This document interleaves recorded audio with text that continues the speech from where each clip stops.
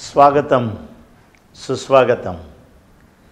लेखक तुमच्या भेटीला या उपक्रमातलं आजचं हे 8वं विचारपुष्प. आजचं विचारपुष्प गुंफण्यासाठी आज आपल्यामध्ये आलेले आहेत प्राध्यापक डॉक्टर अशोकराव तथा बाळासाहेब पिंगळे. ज्योतिष स्टोर्स आणि शंकराचार्य न्यासाच्या वतीनं मी बाळासाहेब आपलं मनपूर्वक आनंदाने या ठिकाणी स्वागत करतो. रसिक जन हो, आज गझलांच्या पाऊलखुणा या विषयावर बाळासाहेब आपल्यापुढे आपलं मनोगत व्यक्त करणार आहेत. मागे वळून जर पाहिलं तर मला आठवतं आपल्या या सगळ्या 20 वर्षाच्या प्रवासामध्ये वेगवेगळ्या विषयांना स्पर्श करत असणारी ही आपला हा ज्ञानाचा उत्सव कवितेच्या प्रांतामध्ये देखील रसिकांना चांगल्या प्रकारची मेजवानी देऊन गेलेला आहे. आणि ही मेजवानी देण्याकरता आपल्यामध्ये आलेले होते महाराष्ट्रातले ज्येष्ठ कवी आदरणीय नादू महानोर साहेब, किशोर कदम साहेब, त्याचप्रमाणे प्रवीण दवनेजी आणि अखिल भारतीय मराठी साहित्य संमेलनाचे माजी अध्यक्ष ज्येष्ठ कवी आदरणीय वसंत आबाजी डहाके, त्याचप्रमाणे आपले नाशिकचे कविवर्य किशोर पाठक आणि अनेक मान्यवर. परंतु या 20 वर्षाच्या प्रवासामध्ये आपण सातत्यानं मराठी कविता, मराठी काव्य याचाच पाठपुरावा केलेला होता. मात्र आज आपण उर्दू शायरीमधला किंवा उर्दू साहित्यामधला गझलांच्या पाऊलखुणा या विषयावर आपण आज बाळासाहेबांना ऐकणार आहोत. गझल अर्थात हा उर्दू शायरीमधला किंवा उर्दू काव्यामधला साहित्यामधला एक काव्यप्रकार. बाळासाहेबांनी एक छान पुस्तक लिहिलेलं आहे. 1-2-2.5 वर्षापूर्वी त्याचा छान असा प्रकाशन समारंभ देखील झालेला होता. सुखनवर याचा अर्थ कवी. आणि मग उर्दू शायरीमधले, उर्दू साहित्यामधल्या अनेक कवींना घेऊन किंवा शायरांना घेऊन त्यांच्या काव्यांचे, त्यांच्या गझलांचे, त्यांच्या नज्म म्हणजे ज्या कविता आहेत त्यांचं सुंदर असं विवेचन हे बाळासाहेब पिंगळेंनी आपल्या सुखनवरमध्ये केलेलं होतं. आज देखील या कार्यक्रमाच्या निमित्तानं आपल्याला या गझलांच्या पाऊलखुणा ज्या 12व्या शतकापासून आत्तापर्यंतच्या या सगळ्या बाळासाहेबांकडून आपल्याला ऐकायला मिळणार आहेत. त्यात गालिब असतील, दाग असतील, मीर आहेत, अमीर खुसरो आहेत आणि बुल्ले शाहसारखे अनेक मान्यवर उर्दू शायर देखील आहेत. यांच्या कवितांचा, यांच्या गझलांचा आस्वाद आणि या गझलांची पाऊलवाट आज आपण ऐकणार आहोत. आदरणीय बाळासाहेब आपल्या मराठा विद्याप्रसारक संस्थेच्या कॉलेज ऑफ फार्मसीमध्ये गेल्या 30 वर्षापासून आपलं अध्यापनाचं काम करत आहेत. मराठा विद्याप्रसारक संस्थेमध्ये जवळपास सातत्यानं 2007 ते 2017 या 10 वर्ष त्यांनी संचालक पद देखील भूषवलेलं आहे. प्राध्यापकांचे प्रश्न सोडवत असताना संचालक मंडळामध्ये अत्यंत चांगली अशी महत्त्वपूर्ण कामगिरी देखील त्यांनी केलेली आहे. पुणे विद्यापीठाच्या काउन्सिलवर देखील बाळासाहेबांनी काम केलेलं आहे. त्याचप्रमाणे आपला हा जो छंद आहे उर्दू शायरीचा, उर्दू साहित्याचा, हा त्यांनी पहिल्यापासून जपलेला आहे.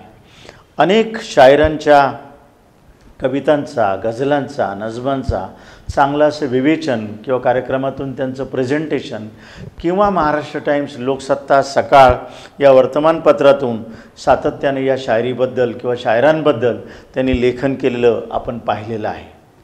हर्बल मॅन्युफॅक्चरिंग असेल किंवा मॅनेजमेंट किंवा शैक्षणिक पुस्तकांच्या काही निर्मितीमध्ये देखील बाळासाहेबांचा सहभाग राहिलेला आहे.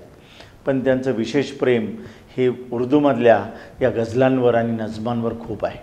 पुन्हा एकदा ज्योतिष स्टोअरच्या वतीनं आणि शंकराचार्य न्यासाच्या वतीनं मी बाळासाहेबांचं या ठिकाणी स्वागत करतो आणि थोड्या क्षणामध्ये आपण त्यांच्या गझलांच्या पाऊलखुणा या मनोगताला या ठिकाणी आपण त्याचा आस्वाद घेऊया. धन्यवाद. लेखक तुमच्या भेटीला या मालिकेमध्ये मी आशिष कुलकर्णी, शंकराचार्य न्यासाचे अध्यक्षाच्या या नात्याने आपलं सगळ्यांचं स्वागत करीत आहे.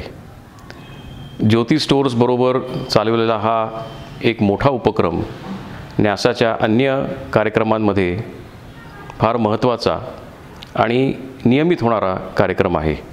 21वं वर्ष असल्याकारणानं ह्यावेळेस आणि विशेष परिस्थिती असल्यामुळे हे एक विशेष वर्ष ठरत आहे.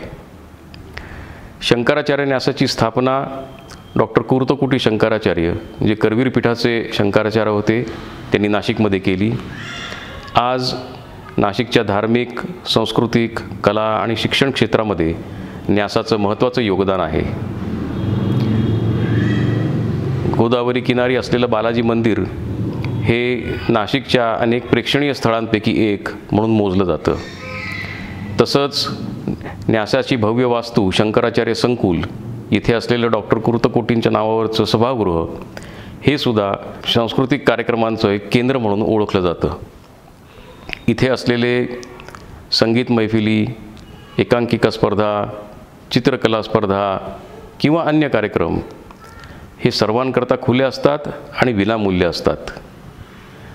ज्योती स्टोअर्स बरोबरच्या ह्या उपक्रमामध्ये पुन्हा एकदा आपल्या सगळ्यांचं स्वागत करतो. नमस्कार.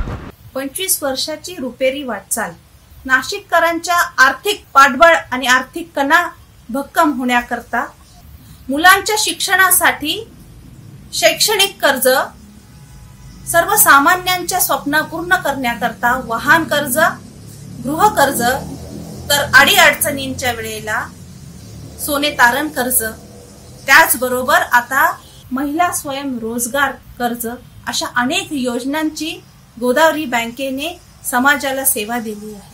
एक कुटुंब एक बँक, गोदावरी बँक. धन्यवाद.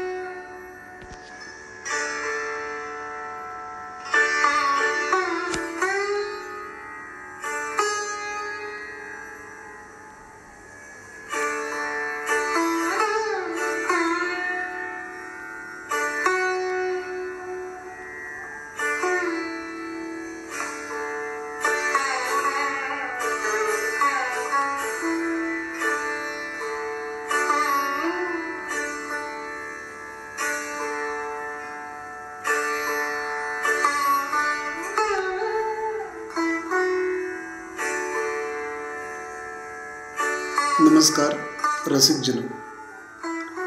ज्योती बुक स्टोअर्स नाशिक प्रायोजित लेखक तुमच्या भेटीला या कार्यक्रमाच्या अंतर्गत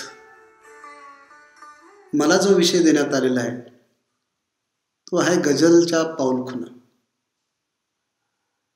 तसा विषय एखाद्या अथांग महासागरासारखा, परंतु माझ्या पद्धतीने त्याला जेवढं स्पर्श करता येईल तेवढा मी करण्याचा प्रयत्न करतो. माझ्या उर्दू शायरीमधील प्रथम पुस्तकाचे नाव होते सुखनवर.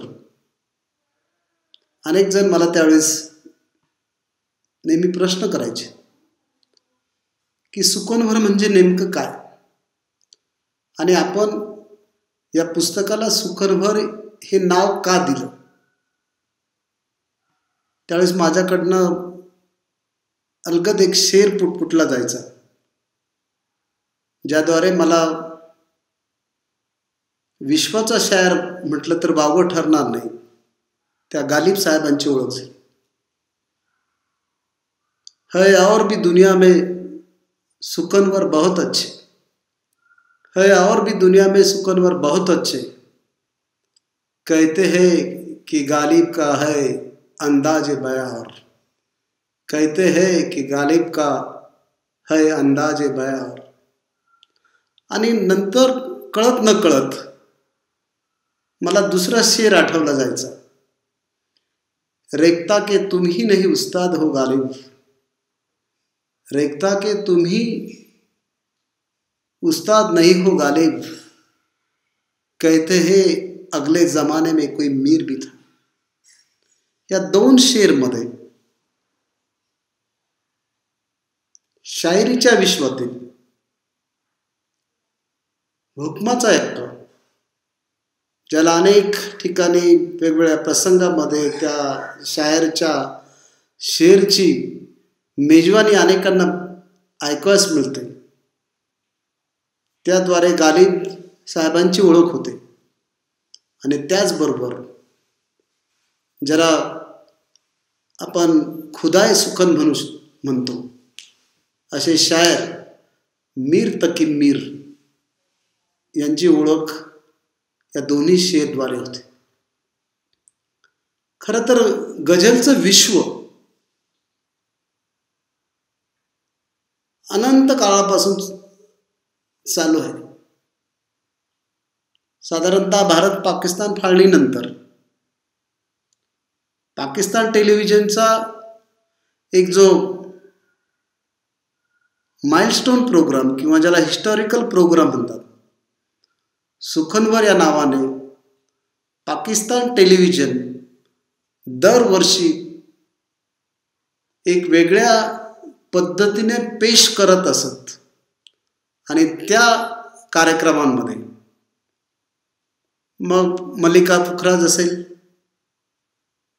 नय्यारा नूर असतील, नाहिदा अख्तर असेल, नूरजहाँ असतील, गुलाम अली असतील, मेहदी हसन असतील, यासारख्या अनेक शास्त्रीय गायकांद्वारे शायरीमध्ये ज्यांनी एक आपल्या स्वतःचा एक इमेज तयार केलीत.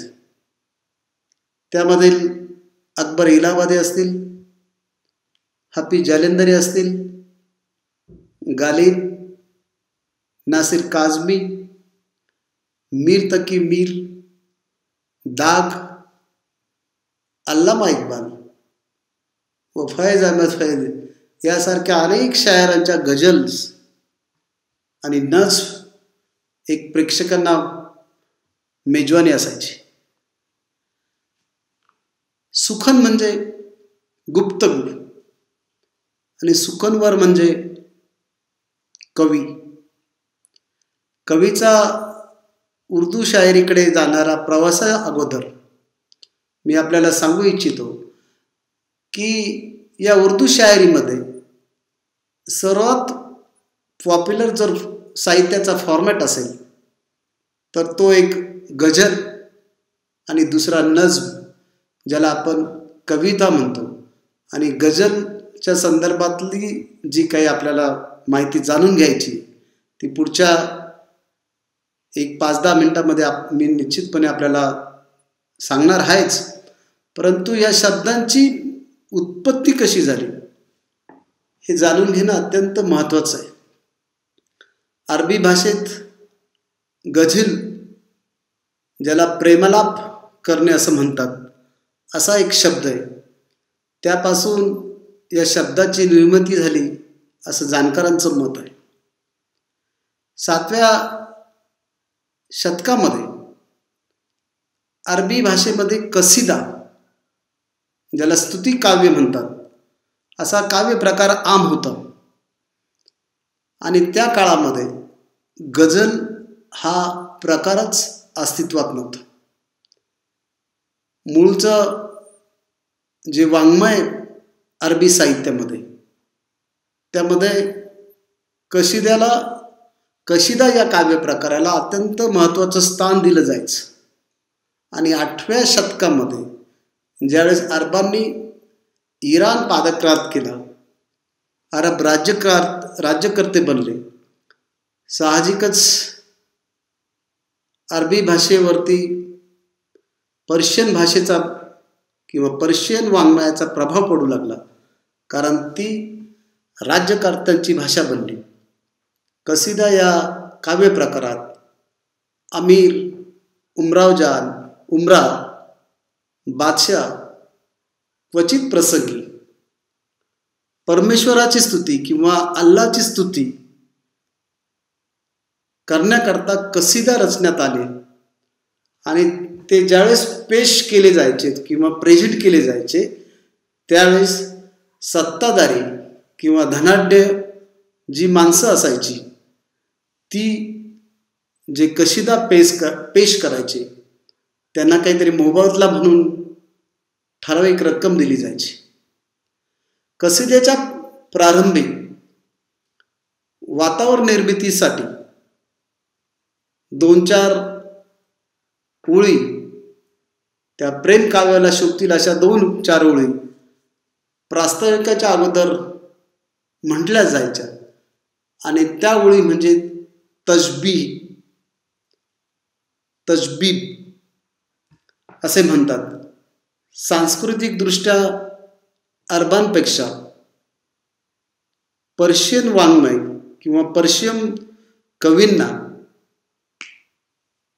कारण पर्शियन जे कवी होते, अनेक कवी होते, ते सांस्कृतिकदृष्ट्या अरबी साहित्यकारांपेक्षा प्रगल्भ असल्यामुळे त्यांनी या छोटेखानी तजबीज प्रकारापासून गझलची निर्मिती केली आणि तेव्हापासूनच गझलचा हा एक नवीन फॉर्मॅट जगासमोर आला. साधारणतः पर्शियन साहित्यामधील हजरत रुडकी असेल, फिरदौसी असेल, जामी असेल, अब्दुल कादिर गिलानी असतील किंवा निजामी असतील, यासारख्या अनेक पर्शियन शायरांनी हा काव्य प्रकार अत्यंत समृद्ध केला. मूळ पर्शियन भाषेतून आलेला हा काव्य प्रकार नंतर उर्दू असेल, मराठी असेल, गुजराती असेल आणि प्रामुख्याने बंगाली भाषेमध्ये हा प्रकार रूढ झाला. हजरत अमीर खुसरो साधारणतः कालावधी 1253 ते 1325 पर्यंत या गझलचा जो प्रवास झालेला आहे सुरू, तो इराणपासून गझनी, मुलतान, लाहोर आणि नंतर दिल्ली असा जो गझलचा प्रवास झाला, त्यामध्ये गझल शब्दांकलांकाराने अत्यंत समृद्ध होत गेली. वेगवेगळ्या प्रांतीय भाषांचा त्यामध्ये उल्लेख आढळतो आणि ती शब्दांची जी एक श्रीमंती त्या भाषेला मिळाली किंवा त्या काव्य प्रकाराला मिळाली, ती आजपर्यंत इतर कुठल्याही भाषेला अशा प्रकारची संपदा, काव्य संपदा मिळाली नाही. अमीर खुसरो भारतात आल्यानंतर, ज्यांना आपण हिंदवी कवी म्हणतो किंवा उर्दू अदब शायरीचे एक शायर म्हणतो, त्यांनी संस्कृत भाषा असेल, प्राकृत असेल, अपभ्रंश असेल, ब्रीज भाषा असेल किंवा प्रांतीय भाषा, आपल्या हिंदुस्थानमधील ज्या ज्या प्रांतीय भाषा असतील त्या भाषेमधील शब्द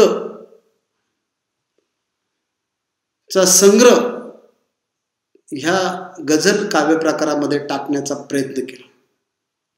खुसरोने जी भाषा वापरली तिला हिंदवी त्यांनी नाव दिलं आणि बरोबर जवळजवळ 400 वर्षांनी, म्हणजे साधारणतः 17व्या शतकामध्ये या राष्ट्रीय भाषेला वली दखनी या कवीने अरेबिक आणि पर्शियन भाषेचा मुलामा देऊन त्याला रेक्ता म्हटलं गेलं आणि रेक्ता हे उर्दू भाषेचं जुनं नाव म्हणून वलीला उर्दूचा आदी कवी समजलं जातं. साधारणतः तो कालावधी 1668 ते 1744. उर्दू भाषा साधारणतः 17व्या शतकात तिचा प्रारंभ झाला. उर्दू या शब्दाचा अर्थ किंवा शब्दकोशातील अर्थ छावणी, लष्कर किंवा पडाव असा आहे. तसं बघितलं तर उर्दू भाषेचा जन्म हा लष्करी छावण्यातच झाला. दिल्लीच्या लाल किल्ल्याच्या समोर जी शाही छावणी असायची तिला जुनी मंडळी आजही उर्दू बाजार म्हणून संबोधते. या छावणीत मुघल असतील, तुर्की, अरबी सैनिकांबरोबरच भारतातील विविध प्रांतातील आणि विविध संप्रदायामधील व्यापारी असतील, इतरही लोक असायचे. या सर्व मंडळींच्या भाषेच्या मिश्रणामधून जी बोली भाषा तयार झाली ती म्हणजे आजची उर्दू. आपण जर या भाषेच्या शब्दसंग्रहाचा जर विचार केला तर अनेक शब्द या भाषेमध्ये चपखल बसले जातात. आजही भारतामध्ये न्यायालयीन कामकाजामध्ये अनेक असे शब्द आहेत. अदालत, वकील, दावा,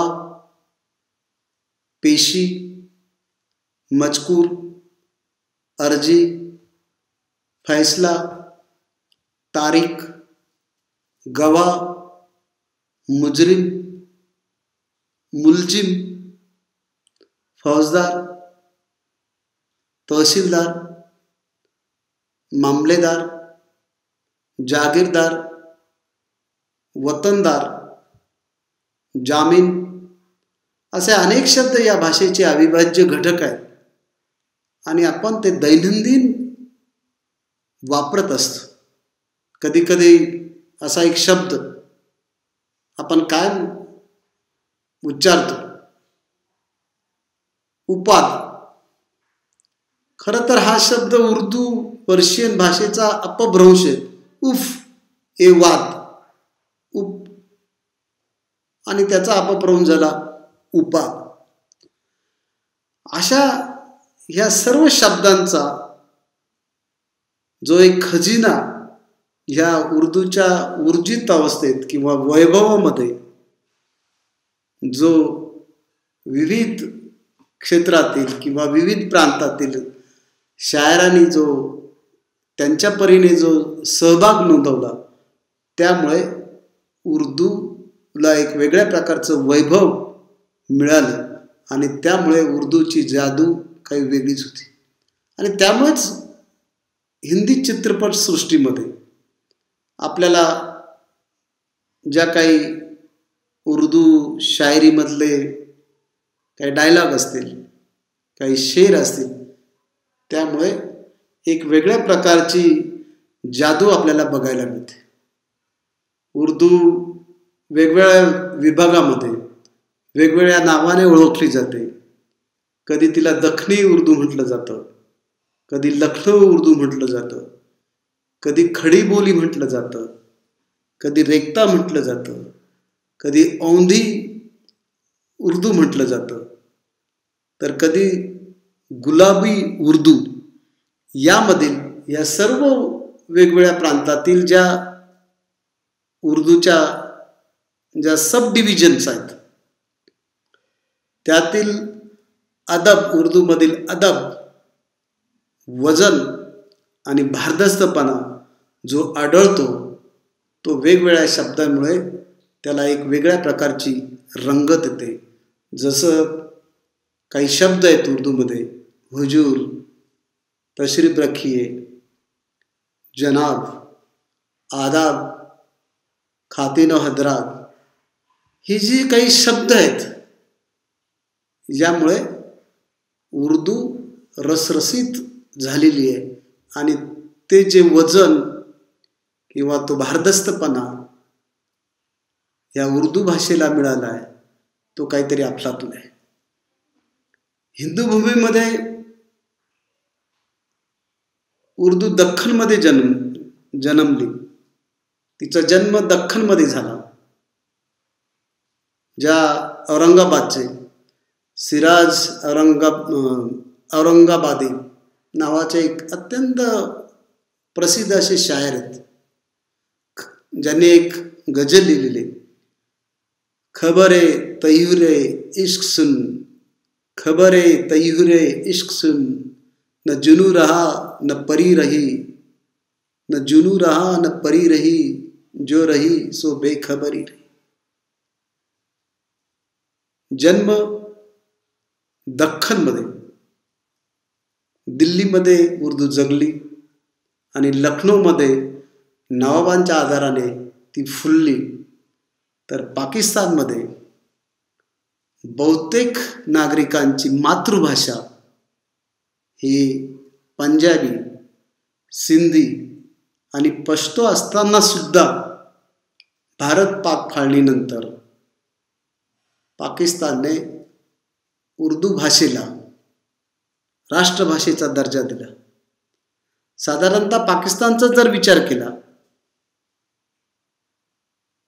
तर पाकिस्तानमध्ये साधारणतः 1,26,00,000 नागरिक हे उर्दू भाषा बोलतात. तरी सुद्धा पाकिस्तान सरकारने उर्दू भाषेला राष्ट्रभाषेचा दर्जा दिलाय.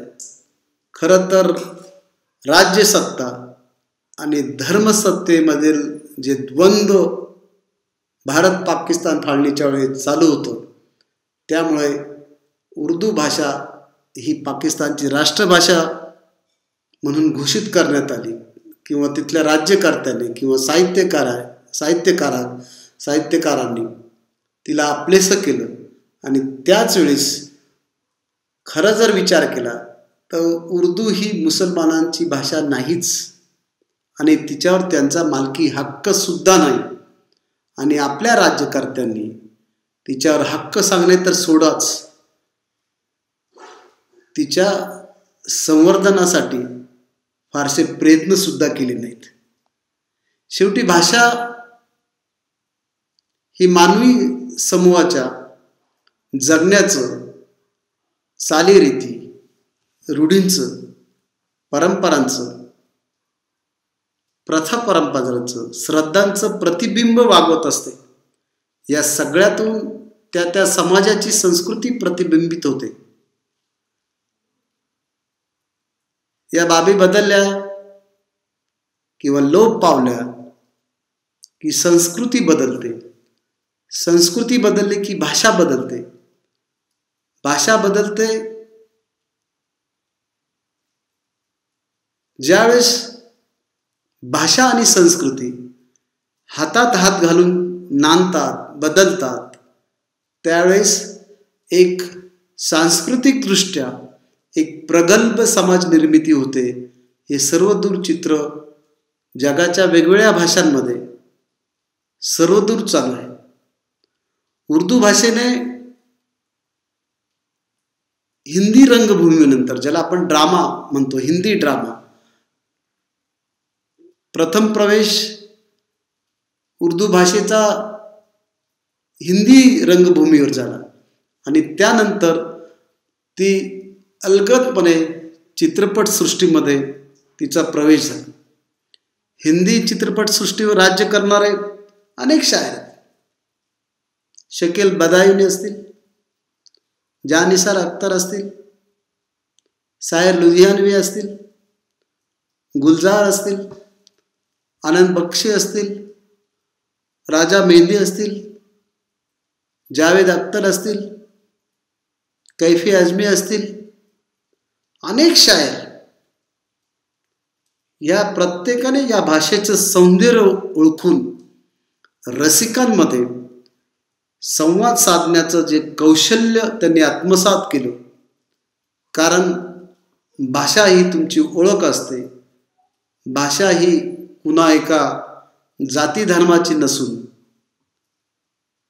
कुणा एका प्रांताची, त्या प्रांताची असते किंवा तेथे राहणाऱ्या सामान्य माणसाची असते. आणि त्यात उर्दू भाषेमध्ये अंगभूत गेयता, सौंदर्य आणि प्रेमकथाचा बेमालूम वापर, त्यामुळे उर्दू रसरशीत बनली. कारण त्यास आधार होता समांतर संगीताचा. उर्दू भाषेच्या संवर्धनासाठी अनेकांचे योगदान आहेत. कारण ती सामान्य माणसाने जोपासलेली भाषा असून तिने इतर भाषांना आपल्यात सामावून घेतले आणि आपले शब्द भांडार प्रचंड विस्तृत केलेले आहे. ती राज्यकर्त्यांची किंवा बादशांनी लादलेली भाषा नाही. समाजाच्या विशिष्ट गरजांमधून, धार्मिक ऐतिहासिक परंपरांमधून, आर्थिक व्यवहारांमधून, स्त्री पुरुष संबंधांमधून आणि अशा अनेक परिस्थितीशी किंवा कालमानाशी बांधलेल्या मूल्यातून तयार झालेली ही उर्दू भाषा आहे. त्यामुळेच ती सौंदर्य उपासक, सर्वसमावेशक, धर्मनिरपेक्ष असून पुरोगामी विचारांचे पालन करणारी आहे. म्हणूनच अद्वितीय अशी आवाम की बोली उर्दू भाषा ठरली आहे. हा सांस्कृतिक वारसा जपणे आणि तो नव्या पिढीला देणे गरजेचं आहे. उर्दू काव्यातील प्रकार गझल किंवा नजच्या माध्यमातून वेगवेगळ्या शायरी असेल किंवा वेगवेगळे शेर असेल, त्या माध्यमातून हा जो प्रवास एका पिढीपासून दुसऱ्या पिढीकडे नेण्याचा हा जो उपक्रम माझ्या हातून किंवा ज्योती बुक स्टोअर यांच्या माध्यमातून होतो, त्याबद्दल मला खरोखर आनंद होतोय. कारण गझल या शब्दाचा शब्दकोशातील अर्थ सुखन अज माशुक गुप्तन, सुखन अज माशुक गुप्तन किंवा प्रेयसीशी गुज गोष्टी करणे किंवा महबूब से बात करना. पर्शियन भाषेतील गझल या शब्दाचा अर्थ आहे हरिण. इंग्रजी भाषेतही याच शब्दावरून गॅझेल, याला स्पेलिंग GAZAL अशा शब्द प्रचलित आहे. हरिणाच्या पाडसाला गजारा म्हणतात. हरिण या शब्दातच हालचालीतील लालित्य आणि मूर्तिमंत नाजूक सौंदर्य ही कल्पना अभिप्रेत असल्यामुळेच कदाचित अत्यंत नाजूक भावनांचा आविष्कार करणाऱ्या काव्य प्रकाराला गझल हे नाव दिलं असण्याची शक्यता नाकारता येत नाही. गझल ह्या वेगवेगळ्या प्रकारच्या गझल्स आहेत. साधारणतः 3 प्रकारांमध्ये आपण या गझलचं डिवायडेशन करू शकतो. प्रथम जो पार्ट आहे तो रिवायती गझल किंवा पारंपरिक गझल. यामध्ये साधारणतः आशिकाना किंवा शृंगार प्रधान अंदाज असतो. सांकेतिक शब्दांद्वारे अभिप्रेत अर्थवाही, ज्यामध्ये आपल्या सर्वांना माहीत आहे फैज अहमद फैज यांची गाजलेली गझल गुलों में रंग भरे बादे नौ बहार चले, गुलों में रंग भरे बादे नौ बहार चले, चले भी आओ कि गुलशन का कारोबार चले. एक 5-6 वर्षापूर्वी हैदर चित्रपटामध्ये ही गझल अरिजित सिंग अशा गायकाने गायलेली होती. आणि हा जो आशिकाना अंदाज किंवा शृंगार प्रधान जो अंदाज आहे, हा पारंपरिक गझलचा अंदाज की ज्याला रिवायती गझल संबोधलं जातं. त्यातील अजून काही उदाहरणं जर द्यायची असेल तर गमन चित्रपटामधील एक गझल गुलों में रंग भरे, आपकी याद आती रही रात भर, आपकी याद आती रही रात भर, चांदनी दिल दुखाती रही रात भर. अत्यंत गाजलेली ही गजल. खरं तर फैज अहमद फैज यांनी त्यांचे सहकारी मित्र मखदूम मोहिद्दीन यांच्या स्मरणार्थ ही गजल लिहिली होती. खरं तर त्यातले जी शब्दरचना आहे, आपकी याद आती रही रात भर, चश्म नम दिल दुखाती रही रात भर. दुसरी गजल जी अत्यंत पॉप्युलर,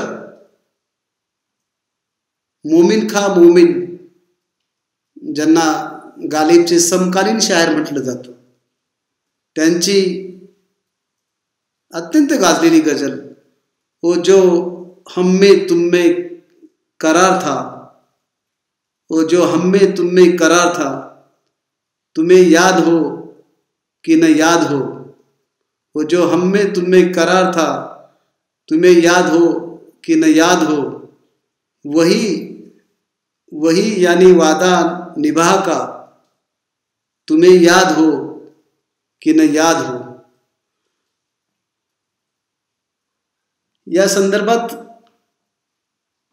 ही जी गझल, ही माझं स्वतःचं असं मत आहे की आपण ऐकल्यानंतर निश्चितच या संदर्भात एक वेगळी अनुभूती आपल्याला या गझलच्या निमित्ताने मिळेल.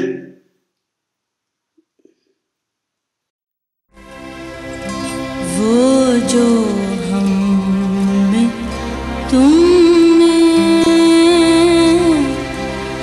करार था, तुम्हें याद हो कि ना याद हो,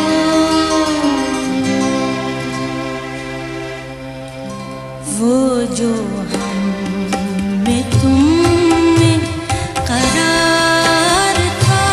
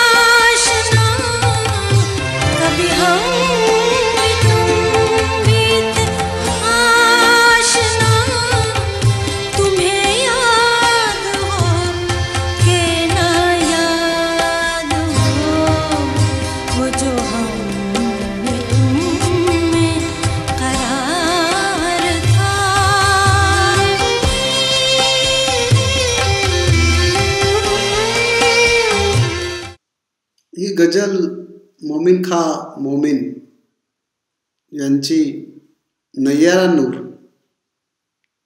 या दरबारी गजल गाण्यामध्ये अत्यंत त्यांची ती गजल पेश करण्याचा जो अंदाज आहे तो वेगळाच अंदाज या उर्दू शायरीमध्ये बघावयास आणि अनुभवण्यास मिळतो. या रिवायती किंवा पारंपरिक किंवा शृंगारिक गझलच्या एक चांगलं उदाहरण किंवा एक स्त्रीच्या सौंदर्याबद्दलचे जे 2 शब्द आहेत ते बशीर बद्र या भोपाळ स्थित शायरने अत्यंत चांगल्या भावना स्त्रीच्या सौंदर्याबद्दल व्यक्त केल्या आहेत. हे हुस्न ए बेपरवा तुझे, हे हुस्न बेपरवा तुझे, शोला कहूँ या शबनम, हे हुस्न बेपरवा तुझे, शोला कहूँ या शबनम, फूलों में भी शौकी तो है, फूलों में भी तो शौकी तो है, किसको मगर तुस्सा कहूँ, फूलों में भी शौकी तो है, किसको मगर तुस्सा कहूँ, गेसू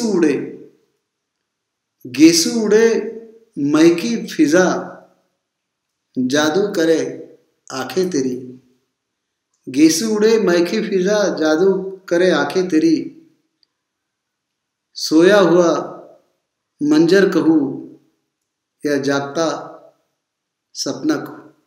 ही गजल 1-2 मिनिट मी आपल्या सर्वांच्या अनुभूती करता गुलाम अली यांच्या आवाजात मी आपणास ऐकवतो.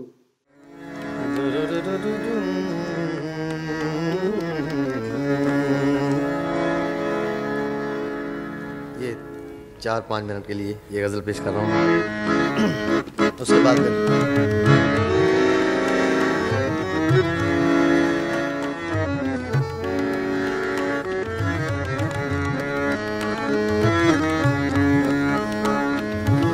ऐ हुस्ने बेपरवा तुझे शबनम कहूँ शोला कहूँ, ऐ हुस्ने बेपरवा तुझे शबनम कहूँ शोला कहूँ, फूलों में भी शोखी तो है, फूलों में भी शोखी तो है, किसको मगर तुझसा कहूँ, ऐ हुस्ने बेपरवा तुझे शबनम कहूँ शोला कहूँ.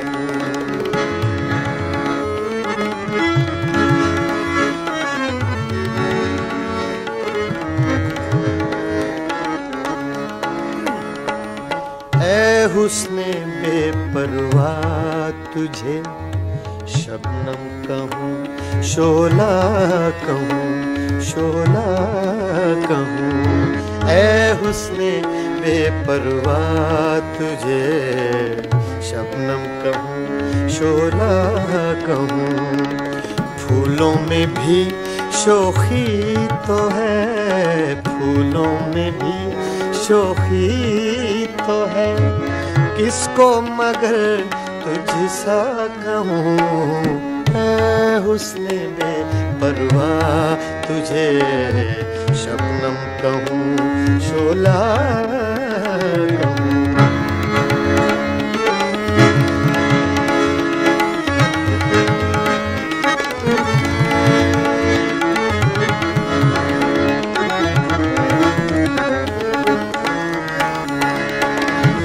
गेसू उड़े महकी फजा, जादू करें आंखें तेरे, गेसू उड़े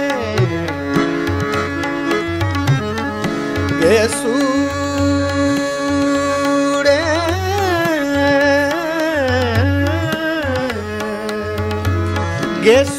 उड़े महकी फजा जादू करे आंखें तेरी सोया हुआ मंजर कहूँ सोया हुआ मंजर कहूँ या जागता सपना कहूँ ऐ हुस्ने बेपरवाह तुझे शबनम कहूँ शोला कहूँ ऐ हुस्ने बे। दुसरी गझलचा जो प्रकार आहे तो सुधारणावादी किंवा तरक्की पसंत गझल. त्यामध्ये मजाज लखनौ असतील, शायर लुधियानी असतील, मजरू सुलतानपुरी असतील, जानिसार अख्तर असतील, फैज अहमद फैज असतील, जोश मलियाबादी असतील. यांच्या गझलांमध्ये सुधारणावादी विचार नेहमी आढळत असे आणि त्यांची जी शायरीची बीज पेरली गेली होती ती पाकिस्तानचे राष्ट्रकवी डॉक्टर मोहम्मद इक्बाल यांनी पेरली होती. एक तत्वज्ञ, एक आध्यात्मिक गुरु आणि ज्याने सुफिझमचा मॅक्झिमम आधार घेऊन या उर्दू शायरीमध्ये पर्शियन भाषा असेल, अरेबिक भाषा असेल, या सर्वांच्या मिश्रणामधून जे एक साहित्य निर्मिती केली ती या उर्दू शायरीमध्ये माइलस्टोन म्हटलं तर वावगं ठरणार. त्यांची एक गझल सांगायला हरकत नाही. ये गुंबदे मिनाई, ये गुंबदे मिनाई ये आलमे तन्हाई, ये गुंबदे मिनाई ये आलमे तन्हाई, मुझको तो डराती है, मुझको तो डराती है इस दश्त की पैनाई. डॉक्टर मोहम्मद इक्बाल त्यांची विचार शक्ती अत्यंत प्रगल्भ होती, बियॉन्ड इमॅजिनेशन. त्यांनी ह्या आकाशाला एक घुमट मंदिराच्या घुमटाचं स्वरूप दिलं आणि सांगितलं ये गुंबदे मिनाई ये आलमी तनाई मुझको तो डराते इस दस्त की पैनाई. ह्या आकाशाकडे नुसतं बघितलं तर ह्या विश्वाचा जो एकाकीपणा आहे त्याची मला जाणीव होते. त्याचबरोबर मजाज लखनौची गजल असेल, जिगर और दिल को भी बचाना है, जिगर और दिल को भी बचाना है, नजर आपसे ही मिलाना है, मोहब्बत का हर भेद पाना भी है, मगर अपना दामन बचाना भी है. त्याचबरोबर तरक्की पसंत शायर म्हणून ज्यांना शायरी विश्वात ओळखलं जातं ते पाकिस्तानचे शायर मुनीर नियाजी यांचे 2 शेर मी आपल्याला सांगतो. ख्याल जिसका था मुझे, ख्याल जिसका था मुझे, ख्याल में मिला मुझे, ख्याल जिसका था मुझे, ख्याल में मिला मुझे, सवाल का जवाब भी, सवाल का जवाब भी सवाल में मिला मुझे. किसी को अपने अमल का हिसाब क्या देते, किसी को अपने अमल का हिसाब क्या देते, सवाल सारे गलत है जवाब क्या देते, सवाल सारे गलत है जवाब क्या देते. आणि शायरीमधील या गझलचा तिसरा प्रकार ज्याला आपण आधुनिक गझल किंवा जदीद गझल म्हटलं जातं, त्यामध्ये प्रामुख्याने जनमानसामध्ये ही गझल पॉप्युलर झाली. त्यातील काही शब्द मय असेल, मैकदा, जाम, शराब, शबाब, मीना, गुल, गुलशन, गुलफाम, वीराना यासारख्या शब्दसंग्रहामुळे ती एक आधुनिक गझल म्हणून ओळखली जाऊ लागली. त्यामध्ये आपल्या सर्वांच्या परिचयाची एक गझल हजरत मोहानी, जिला निखा चित्रपटातली गझल म्हणून संबोधलं जातं. चुपके चुपके रात दिन आंसू बहाना है, चुपके चुपके रात दिन आंसू बहाना है, हमको अब तक आशिकी का वो जमाना याद है. किंवा बार, रेस्टॉरंटमध्ये अनेक ठिकाणी कायम ऐकली गेलेली गझल. हंगामा है क्यों बर्पा, थोड़ी सी जो पी ली है, हंगामा है क्यों बर्पा, थोड़ी सी जो पी ली है, डाका तो नहीं डाला, डाका तो नहीं डाला, चोरी तो नहीं की. त्याचबरोबर नासिर काझमी हे सुद्धा एक आधुनिक विचार बरोबर घेऊन तो जनमानसात कसा रुजवला पाहिजे त्याचं मूर्तिमंत उदाहरण म्हणजे नासिर काझमी. नासिर काझमी यांच्या अनेक गझल्स रेकॉर्डिंगमध्ये आलेल्या आहेत. अपनी धुन में रहता हूँ, अपनी धुन में रहता हूँ, मैं भी तेरे जैसा हूँ, वो पिछले रुत के साथी, वो पिछले रुत के साथी, अब के बरस भी मैं तन्हा हूँ. किंवा शहरातल्या विदारक परिस्थितीच्या बाबतीमध्ये त्यांचा एक शेर अत्यंत लाजवाब. ए दोस्त हमने तर्के ताल्लुक के बावजूद भी, ए दोस्त हमने तर्के ताल्लुक के बावजूद भी महसूस की है तेरी ज़रूरत कभी कभी. ए दोस्त हमने तर्के ताल्लुक के बावजूद भी महसूस की है तेरी ज़रूरत कभी कभी. दिल तो मेरा उदास है नासिर, दिल तो उदास है मेरा नासिर, शहर की शायशाई करता है. त्याचबरोबर सद्यस्थितीमध्ये पाकिस्तान टीव्ही इंडस्ट्रीमध्ये एक तुम मेरे पास हो या टीव्ही सिरियलचे जे लेखक आहेत खलील उर रहमान कमर यांचे 2 शेर आम्ही आपल्याला सांगतो. एक चेहरे से उतरती है नकाबे कितनी, एक चेहरे से उतरती है नकाबे कितनी, लोग कितने हमें एक शख्स में मिल जाते हैं. वक्त बदलेगा तो इस बार मैं पूछूंगा उसे, वक्त बदलेगा तो इस बार मैं पूछूंगा उसे, तुम बदलते हो तो क्यों लोग बदल जाते हैं, तुम बदलते हो तो क्यों लोग बदल जाते हैं. त्याचबरोबर दूसरा निदा फाजली यांचा शेर, हर आदमी में होते हैं 10-20 आदमी, हर आदमी में होते हैं 10-20 आदमी, जिसको भी देखना हो कई बार देखना. म्हणजे एका व्यक्तिमत्वामध्ये किती विचार, किती चेहरे, किती स्वभाव असतात याची प्रचिती देणारा हा शेर.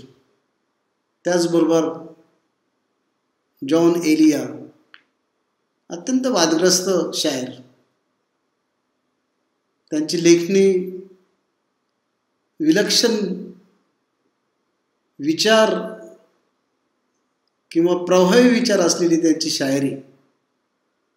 एकच शेर मी आपल्या माहिती करता सांगतो. क्या सितम है कि अब तेरी सूरत, क्या सितम है कि अब तेरी सूरत गौर करने पे याद आती. गौर करने पे याद आती। खरं तर गझल च्या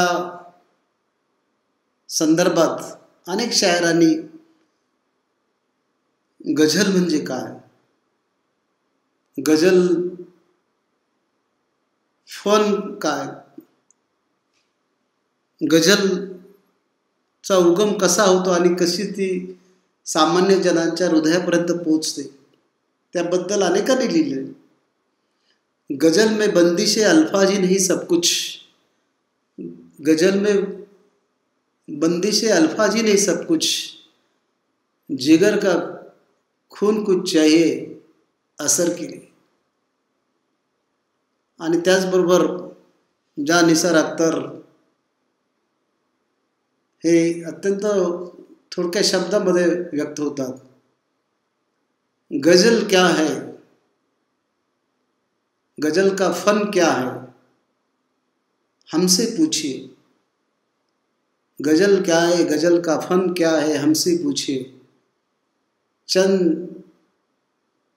चंद अल्फाजों में, चंद अल्फाजों में कई आग छिपाए जाए।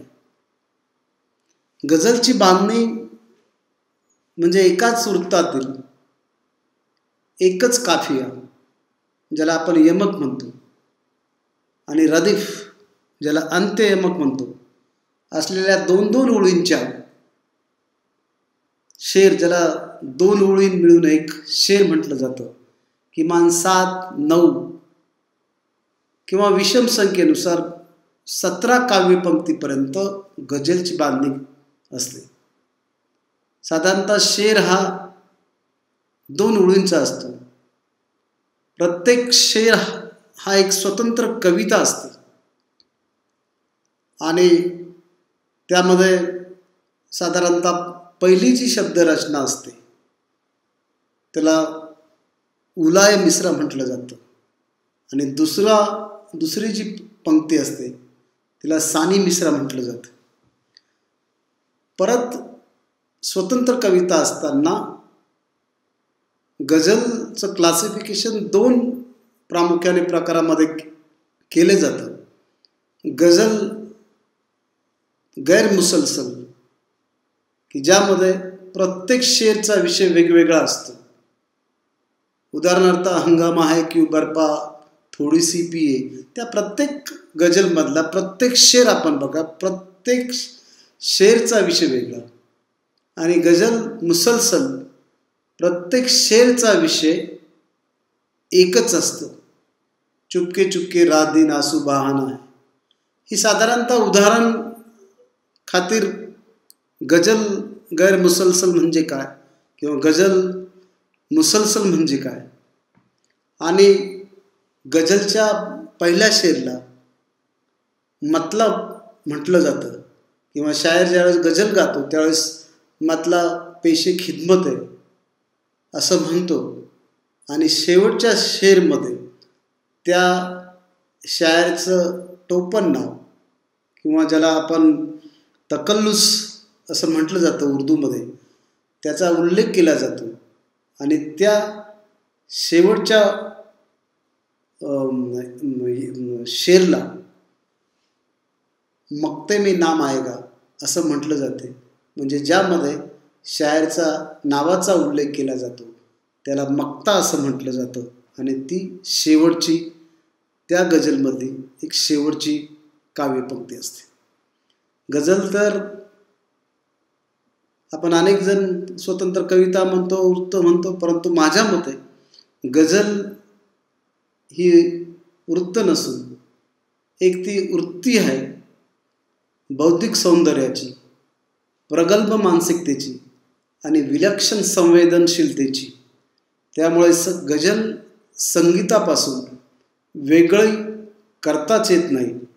या काव्याचा एक वृत्तांत आहे, या काव्याला एक लय आहे, नाद आहे आणि सर्वात महत्त्वाचं म्हणजे भावभावनाशी खेळणारा हा काव्याचा प्रकार आपल्या विचारांना, आपल्या भावनांना व्यक्त करण्याचं अत्यंत सोपं माध्यम म्हटलं तर वावं ठरणार नाही. अनेक गझल्स आपण कायम आपल्या ऐकण्यात असतात. रंजिशी सही दिल ही दुखाने के लिया, आ फिर से मुझे छोड़ के जाने के लिया. अहमद फराज यांची यमन कल्याण रागातील ही गझल. प्रत्येक शायरची एक खासियत की ती गझल कुणीतरी एखाद्या गझल गायकाने गायल्यानंतर तिला एक वेगळी उंची त्या गझलला मिळालेली आहे. गझलचे कालखंड सुद्धा 6 आहेत. त्यात प्रामुख्याने पहिला कालखंड 12व्या शतकापासून तर 13व्या शतकापर्यंत अरबांच्या आक्रमणानंतर उद्भवलेल्या परिस्थितीमधून भाषेची, साहित्याची, शब्दांची जी देवाणघेवाण झाली त्यातून गझल निर्मितीचा प्रवास झाला. आणि या गझल निर्मितीच्या प्रवासामध्ये सर्वात महत्त्वाचं योगदान जे कोणी दिलं असेल तर अमीर खुसरो यांनी. अमीर खुसरोंच्या या वृत्तामध्ये किंवा गझलमध्ये प्रामुख्याने मोहब्बत, इश्क, प्यार, मोहब्बत, दुःख किंवा सुखाच्या छटा प्रामुख्याने आपल्याला बघायस मिळतील. अमीर खुसरो यांनी जवळजवळ 500 गझल्स लिहिल्या. त्यापैकी अनेक गझल्स त्यांनी पर्शियन आणि हिंदवी भाषेमध्ये, ज्यामध्ये पहिला शेर किंवा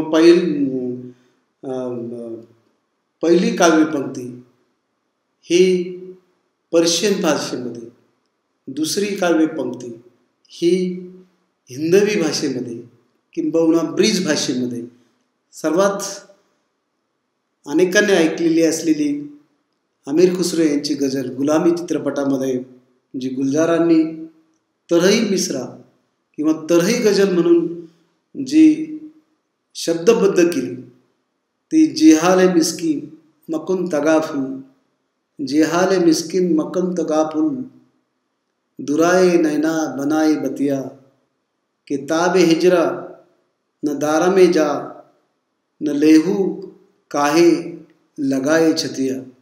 आणि त्या बेसवरती गुलजार यांनी लिहिले जिहाल मिस्किन मकुन रंजिश, बिहाल हिजर बेचारा दिल है, सुनाई देती है जिसकी धड़कन तुम्हारा दिल है या हमारा दिल है. त्यानंतर दुसरा कालखंड मुघल साम्राज्य कालखंड. पर्शियन भाषेतील गझलांची जागा उर्दू भाषेने घेतली. त्यामध्ये मोहम्मद कुतुब शाह यांनी गझलचा पहिला काव्यसंग्रह प्रसिद्ध केला. त्यातील शब्दरचना पिया बाज प्याला पिया जाने ना, पिया बाज प्याला पिया जाने ना, पिया बाज यक्तिल जिया जाए ना. त्याच काळातील इब्राहिम, आदिलशाह, सुलतान, मोहम्मद कुतुब शाह, गवासी, वझई, बहरी यासारखा शायरांचा हा कालखंड होता. तिसरा कालखंड ज्याला बाबा आदम जमाने किंवा वली दखनी यांचा साधारणतः 17व्या शतकामध्ये ज्या वली दखनी यांनी उर्दू भाषेला रेक्ता हे नाव दिलं, त्यांची एक शब्दरचना ती आजतागायत गायली जाते. जिसे इश्क का तीर कारी लगे, जिसे इश्क का तीर कारी लगे, उसे जिंदगी क्यों भारी न लगे. सिराज, दाऊद, फ्राइज, आबरू, मजर जाने जा यासारख्या क्लासिकल शायरांचा हा कालखंड होता.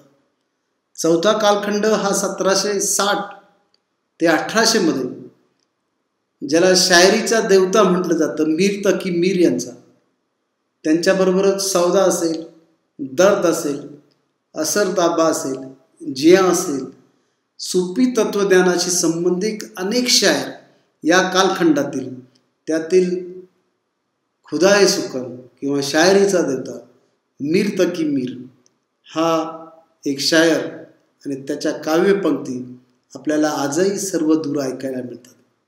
एकच आयुष्य किती क्षणभंगूर असतं त्याबद्दल त्यांनी लिहिलेला शेर मला अत्यंत आवडतो.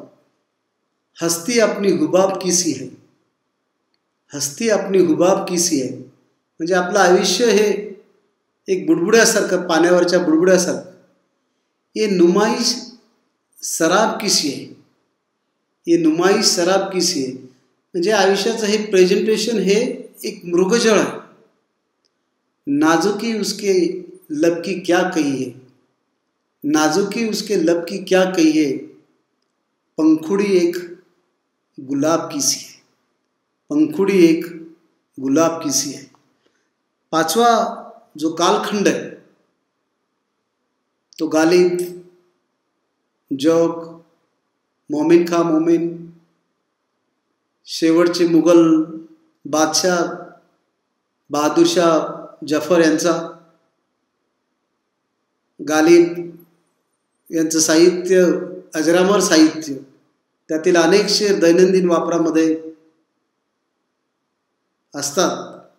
हजारों ख्वाहिशें ऐसे की हर ख्वाहिश पे दम निकले, हजारों ख्वाहिशें ऐसी की हर ख्वाहिश पे दम निकले, बहुत निकले मेरे अरमान फिर भी कम निकले.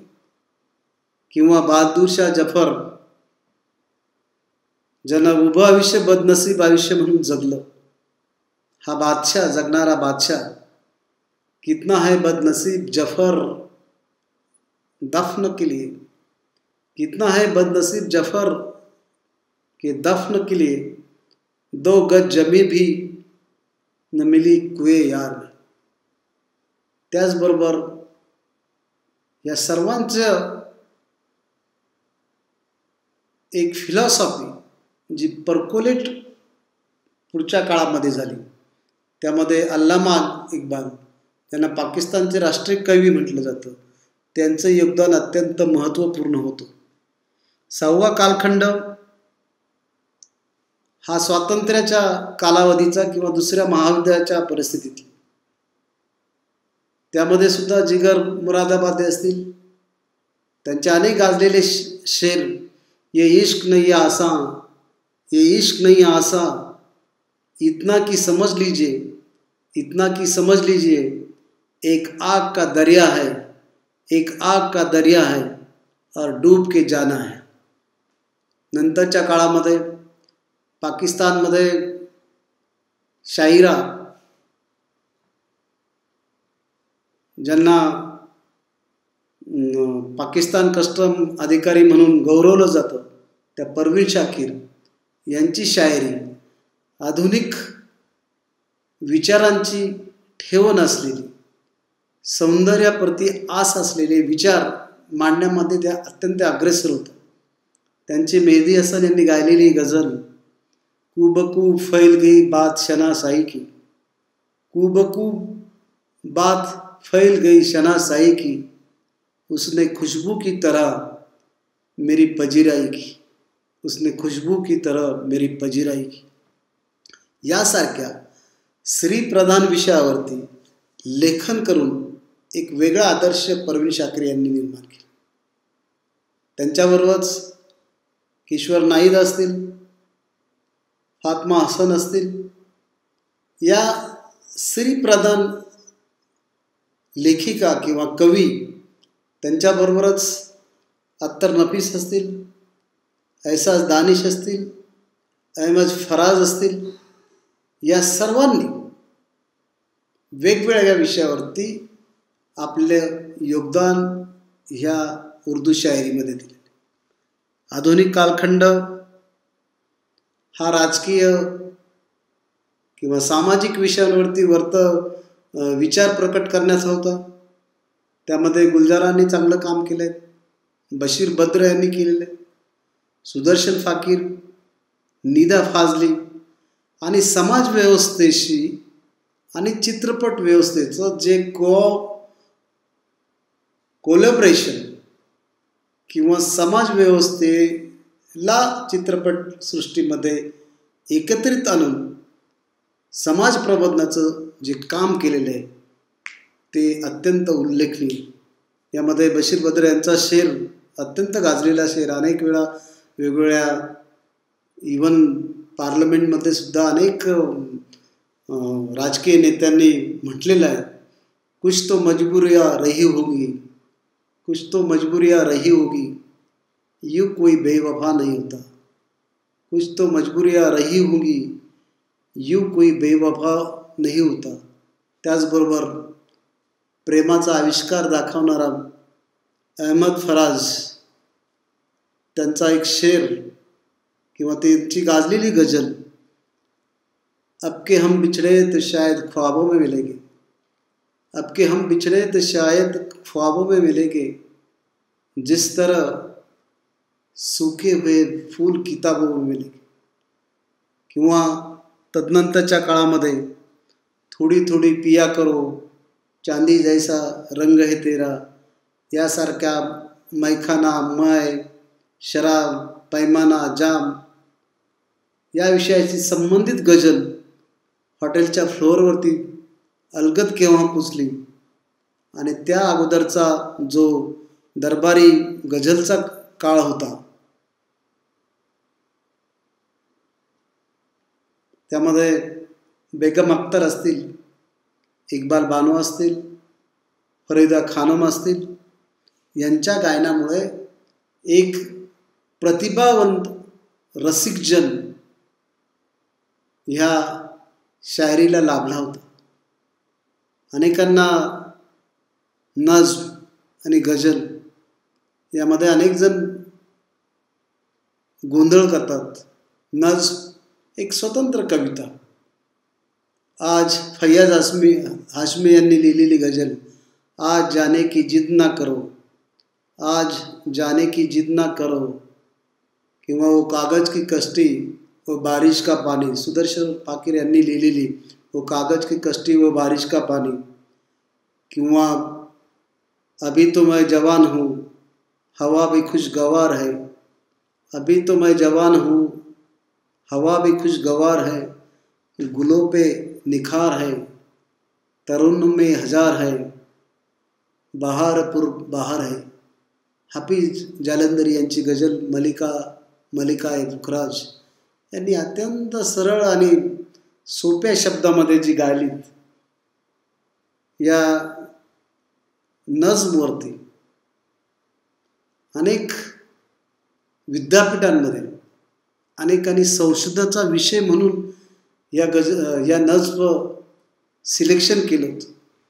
गझल मुळातच भारतीय रूपात इतकी सुंदर, कधी जरतारी तर कधी साध्या सुध्या शब्दांचं वस्त्र, तिचा तो राजेशाही थाट, चैनदार डौलदार चाल, सभ्य संस्कृतीला साजेशी अशी तिची चार चौघामधील बैठक कोणतीही असोत, पण तरी तिच्या खानदानी भाव अजरामर, भारतीय संगीताच्या पोटी जन्माला आलेल्या वेगवेगळी जी वाद्य आहेत, हार्मोनियम असेल, सारंगी असेल, सितार असेल, संतूर असेल आणि तबला, या वाद्यांच्या सानिध्यात ती अधिक खुलताना दिसते.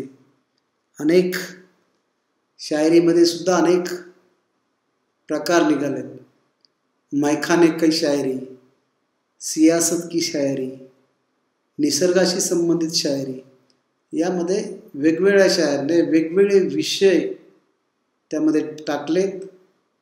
त्या गझलला वेगवेगळ्या वर्गवारीमध्ये केलेत. हा खूप मोठा विषय आहे. माझ्या पद्धतीने मला जेवढं शक्य होईल तेवढे वेगवेगळे विषय मी आपल्या पुढे मांडण्याचा प्रयत्न केलेला आहे. खरं तर गझल ही उपभोगण्याची चीज नाहीच. चीज म्हणजे बंदिश.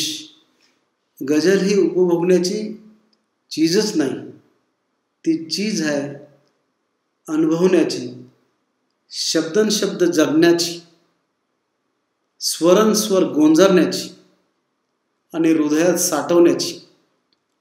ती शायरांनी लिहिली, संगीतकारांनी गोंजारली, गायकांनी आळवली आणि आमच्यासारख्या कलाप्रेमींनी तिला बहर दिला आपल्या साध्या शब्दांनी. निदा फाजली यांच्याच शब्दामध्ये सांगायला हरकत नाही, कभी कभी कभी कभी यूं भी हमने अपने दिल को बहलाया है, कभी कभी यूं भी हमने अपने दिल को बहलाया है. जिन बातों को खुद नहीं समझे, जिन बातों को खुद नहीं समझे औरों को समझाया है. मी आपणाला हे एक छोटेखानी गझल मी ऐकवतो आणि आपला निरोप घेतो. जय हिंद, जय महाराष्ट्र.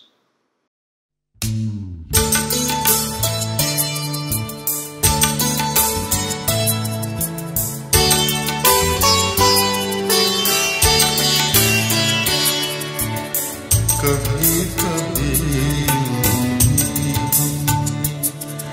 अपनी जी को बहलाया है,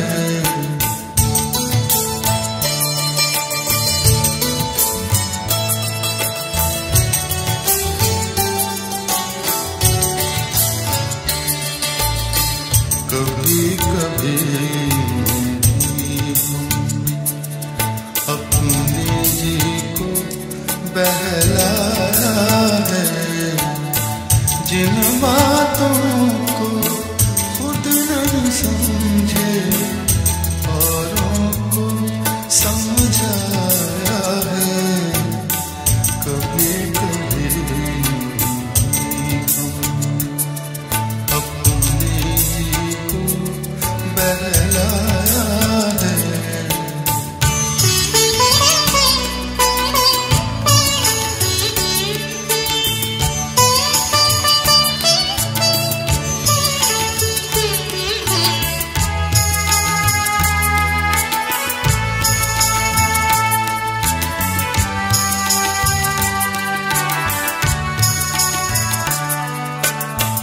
हमसे पूछो इज्जत वालों की इज्जत का हाल कभी.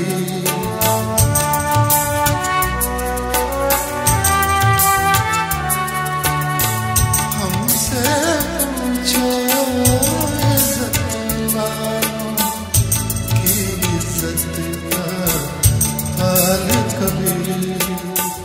हमने इस शहर में रहकर थोड़ा नाम कमाया है. कभी कभी अपनी जी को बहला